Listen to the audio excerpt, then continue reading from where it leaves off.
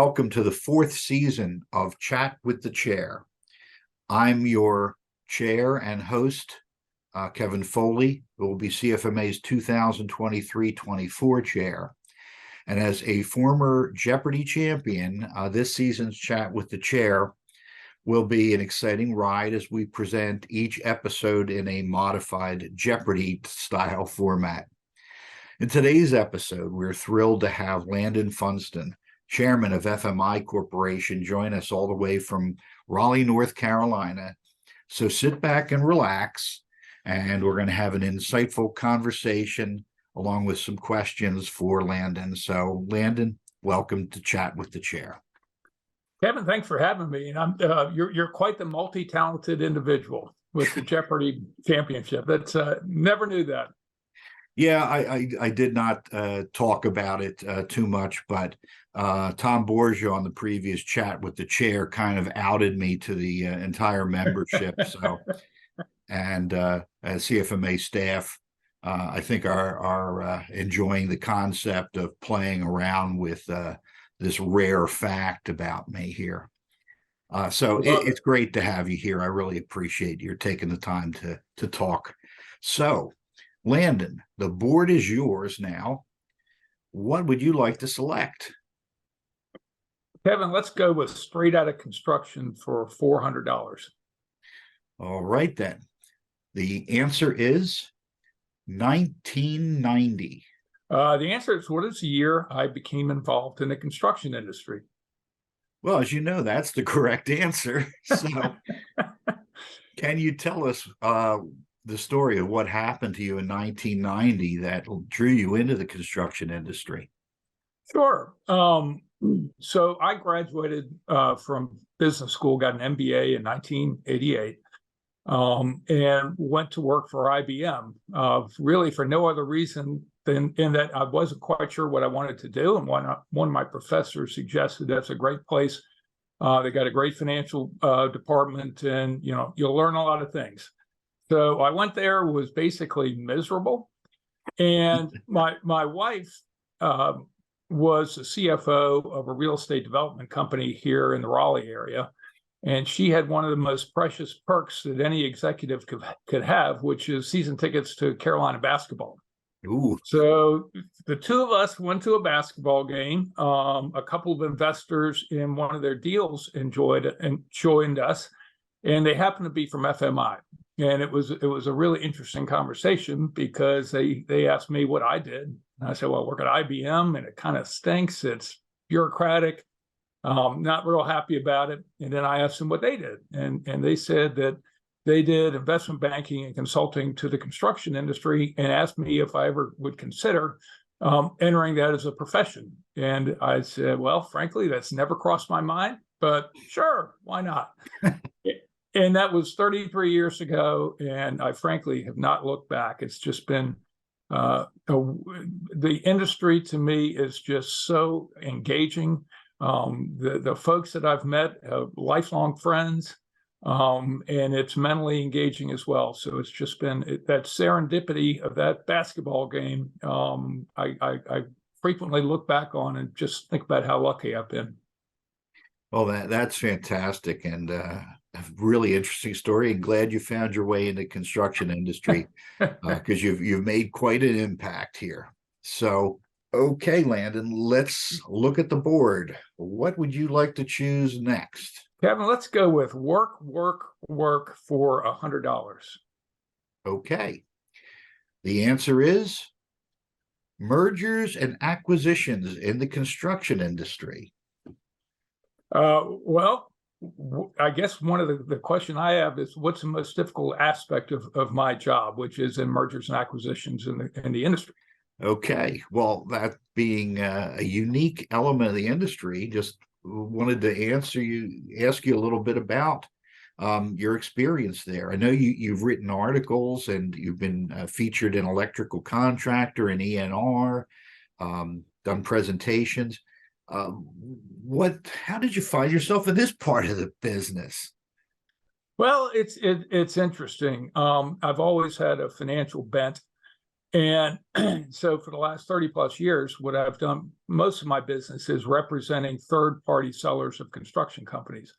And whenever I tell my friends what I do, they always give me a sympathetic pat on the back, and it's like, you poor guy, because it's very, very difficult to get a deal done in this industry. We've done surveys over the years, and basically 2 to 5% of industry firms are ultimately sold to a third party. And it really underscores what makes this industry so unique. And you know all about it, but there are low barriers to entry. Just about anybody can get into the industry if they want to. Right. It's extraordinarily susceptible to economic upturns and downturns. The interesting thing is bigger is not necessarily better. So what we've seen over the years is the smaller, nimble construction companies, and it could be a trade contractor, general contractor, heavy highway contractor, but the smaller, nimble ones are typically more profitable. So that really creates a challenge for mergers and acquisitions, because you think about other industries and what's the rationale for buying another firm, and oftentimes it's consolidation. Letting go of back office people, letting go, closing factories, whatever it might be. And in my years doing this, I've never been involved in a transaction that's where layoffs are a reason to do it, or again to right size an organization. So that makes it really, really unique. And the last thing I would add, Kevin, is that valuations in this industry just aren't very compelling. Yep. A bread and butter deal in the industry is 4 to 5 times sustainable EBITDA, and often that comes not in terms of cash on the barrel, but oftentimes it's with an earnout and contingency payments and all that sort of a thing. So, really the challenge is to get a deal done is to get an owner to recognize that those are the headwinds that they will face, and also to make sure that they're Mirandized in the fact that typically what we see is if an owner wants to exit its construction company, selling it to his employees or his family members oftentimes is more lucrative than putting it on the market. And obviously that has a lot of appeal to owners because it continues their legacy.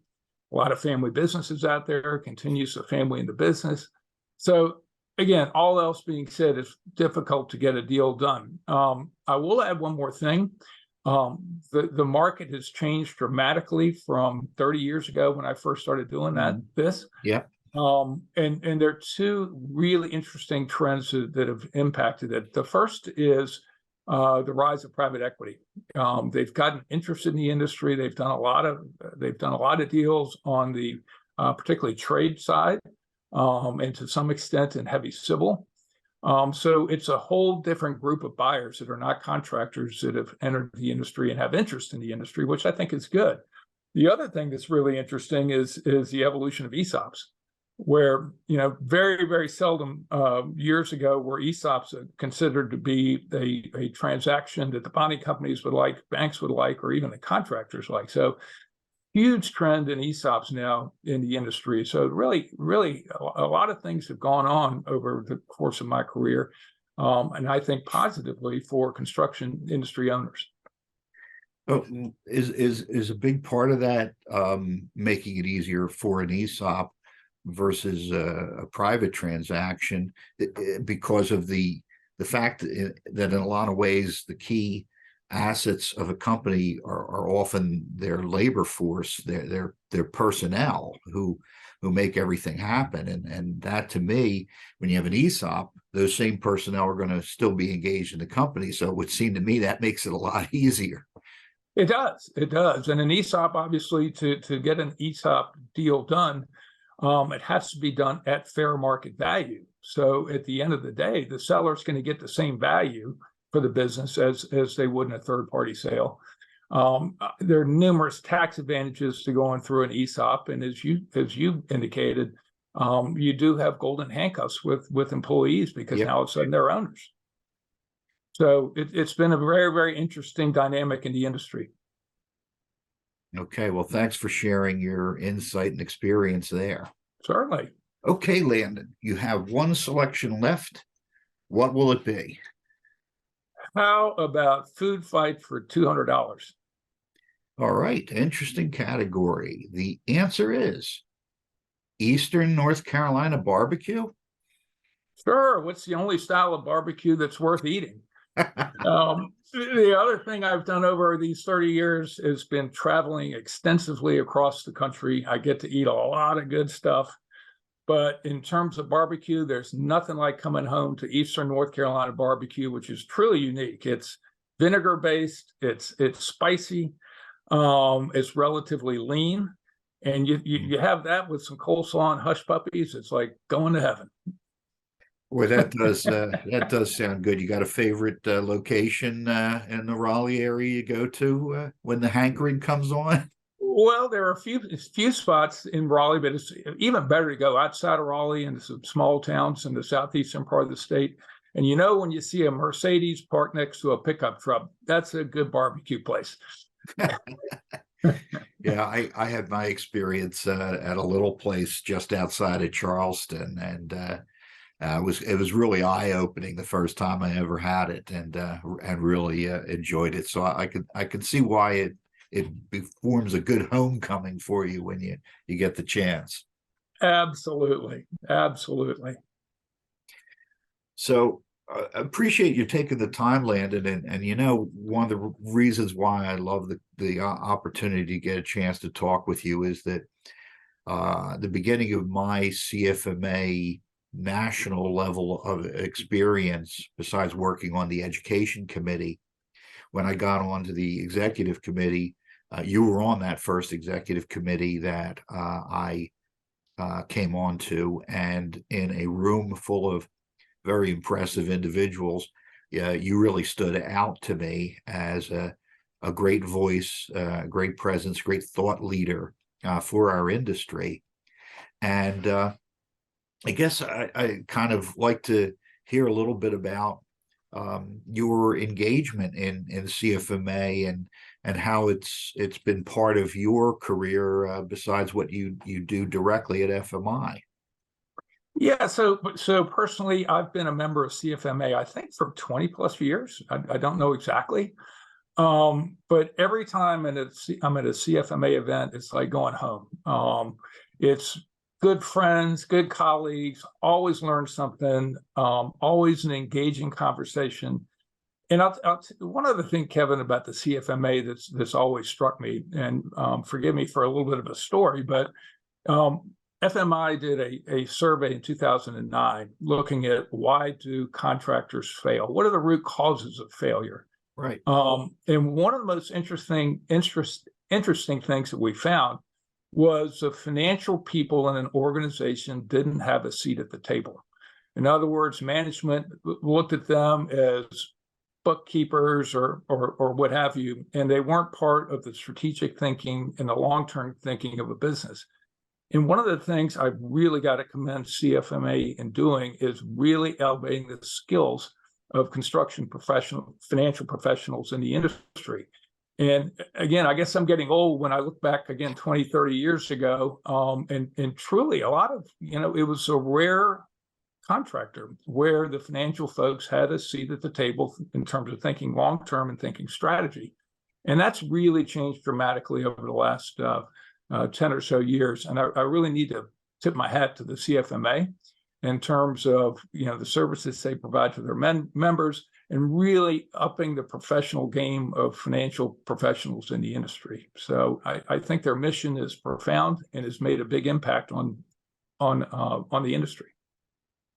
Well, thank you for saying that. I feel all of the same things that you feel about it, and I do feel that engaging with other members at the meetings is really a tremendous experience. Besides the fact that you do always learn something from walking into a room full of CFMA members. So whether you're actually going to an educational event or you're simply networking with people. So again, I really want to thank you for taking the time to have the chat. Appreciate your service in CFMA and engagement there. I want to congratulate you on a tremendous career with FMI, and one that I'm sure you're extremely proud of, and wishing you a lot of success in the future. Thank you, Kevin. It's been my pleasure. Really appreciate it. Okay. Thanks so much.